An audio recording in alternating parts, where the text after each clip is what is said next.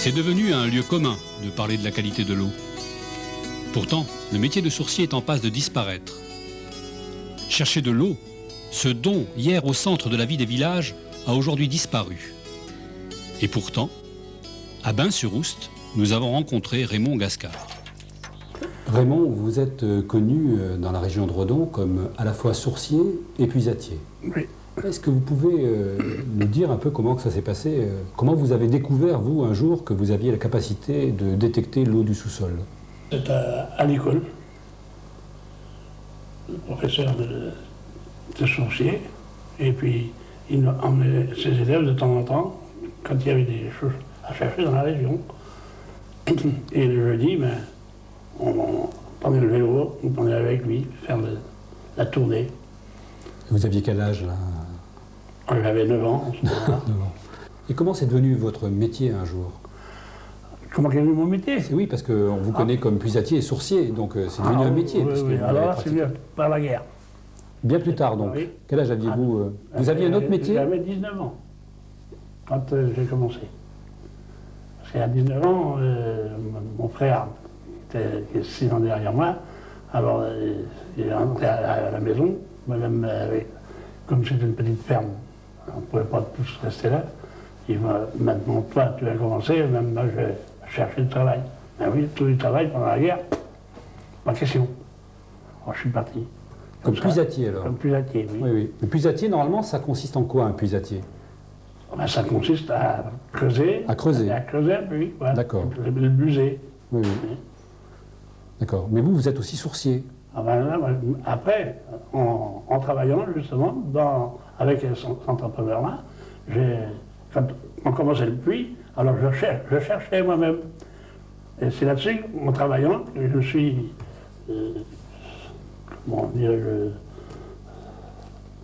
plus sûr. Quoi, Voilà. Alors là, et après, même, quand il est mort, moi j'ai pris la suite. Quoi. D'accord. Vous avez pris la succession de ce puisatier. Voilà. D'accord. Toujours dans cette région, là, ici? Toujours dans la région. Toujours dans cette région. Oui, toujours dans la région. Mais vous, est-ce que quand, par exemple, vous pensez qu'il y a de l'eau dans le sous-sol, est-ce que vous ressentez quelque chose ou est-ce que vous faites confiance en un instrument? Comment que ça se passe pour vous? Ça, je fais confiance dans le pendule. D'accord. Oui. Donc pour vous, c'est un pendule, Ah oui, parce c'est que un pendule. d'autres sourciers, c'est autre chose. Ah bah, il y en a, on peut faire n'importe quoi. Oui. Hein, moi, je fais aussi bien avec une baguette de coudrier ou même une baguette de cuivre, de fil de cuivre. Mais pour vous, c'est indépendant de votre volonté. Le fait que le pendule bouge, Oui. c'est indépendant de votre volonté. Ah oui, oui, oui. C'est malgré vous, dès qu'il y a de l'eau. Ah oui, oui, c'est le pendule. C'est au pendule de me dire s'il y a de l'eau. C'est ça.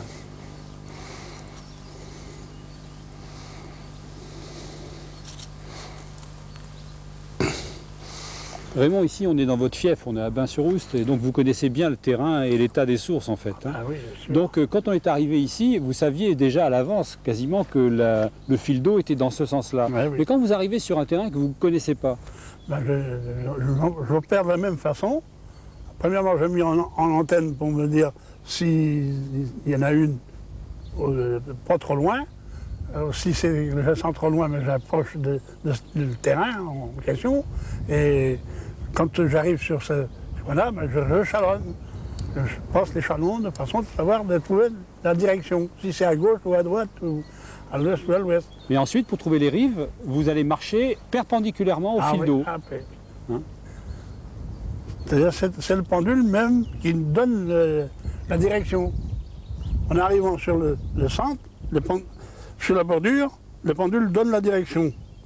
Alors là, automatiquement, ça me dirige sur le machin. Et au centre, ben, ça tourne. La bordure, c'est donc la limite. C'est la limite, oui, la limite.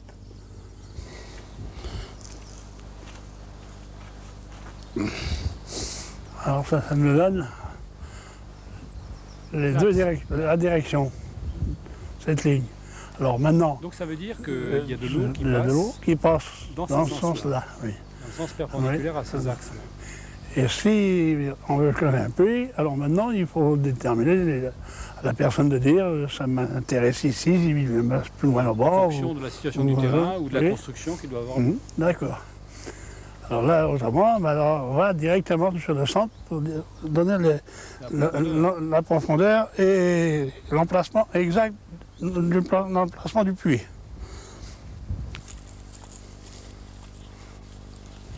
Alors voilà.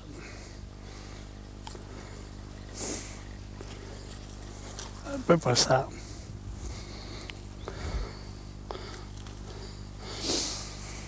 Donc ici, Monsieur Gascard, on est à l'endroit idéal pour creuser un puits. Oui, c'est ça. C'est-à-dire que à cet endroit-là, c'est là qu'il y aura le plus d'eau. Oui.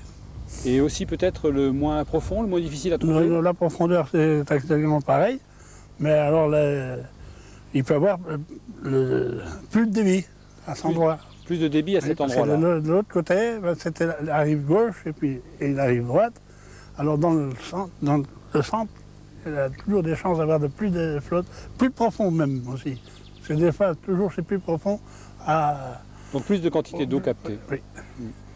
Tout à l'heure, on vous a observé et on a vu que vous aviez changé de pendule. Vous pourriez nous expliquer pourquoi? Ah oui, parce qu'il y a deux pendules. Il y en a un qui est pour déterminer les emplacements et l'autre, et puis un qui est plus sérieux pour moi, plus sûr.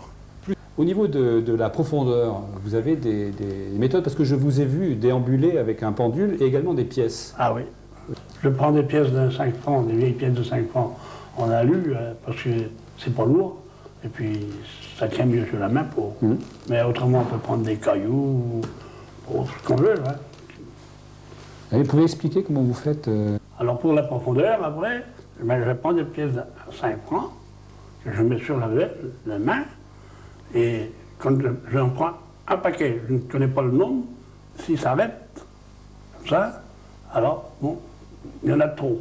D'accord. Bon, alors j'enlève, jusqu'à 30, qui se remet à partir. D'accord. Et puis là, dans la différence, ça me donne la profondeur et l'eau.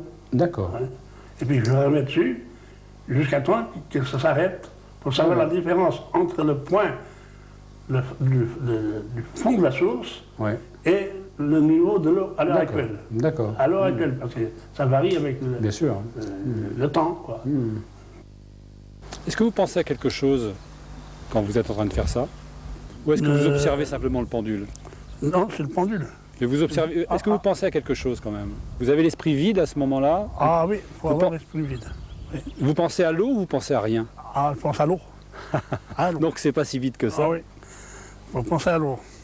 Alors ça s'arrête là, et donc ça donne la profondeur. Alors de la différence qui se trouve entre le départ, donc c'est à 1 mètre, et 2, 4 et 5 mètres en dessous, c'est la différence. La différence qu'il y a de l'eau à l'hiver et l'été, quoi. Alors, normalement, pour être garanti de toute sécheresse, il faudrait descendre à 2, 4, 6 mètres de profondeur. Là, pour être sûr d'avoir de l'eau tout le temps. 6 mètres de profondeur, garantie de toute sécheresse.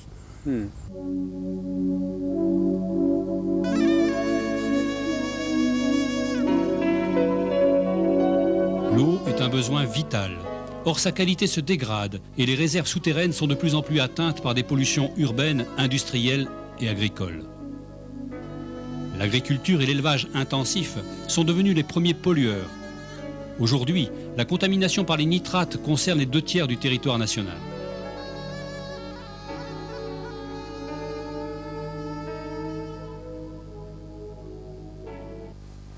Et sur la qualité de l'eau, à l'époque, il y a 30 ans, est-ce que vous posiez le problème de la qualité de l'eau? Non. Quand est-ce que c'est arrivé le problème de la qualité de l'eau? Parce que les puits actuellement sont désaffectés. Les gens ne se servent quasiment pas de leurs puits. Bah, c'est-à-dire qu'ils ne s'en servent presque pas, non, parce qu'ils ne s'en servent pas, parce qu'il y a le service d'eau, autrement, mais sinon, ils sont obligés. Hein. Dans les coins, il n'y en a pas, mais ils s'en servent. Hein. Bien sûr, mais il y a danger. On nous parle beaucoup de danger de l'eau actuellement. Qu'est-ce que vous en pensez? Le danger est partout. Et encore plus dans l'eau du service d'eau que dans celle des puits. Mais qu'est-ce que vous pourriez, donc vous personnellement, parce que vous avez quand même un message, vous avez envie de dire des choses quand vous voyez le désastre de l'eau potable ou dite potable? On va se détruire, et puis c'est tout. Hein. Et ça vous arrive de rencontrer des jeunes qui ont envie de savoir s'ils ont cette... Ah oui, Oui. j'en cherche. D'accord. Hein.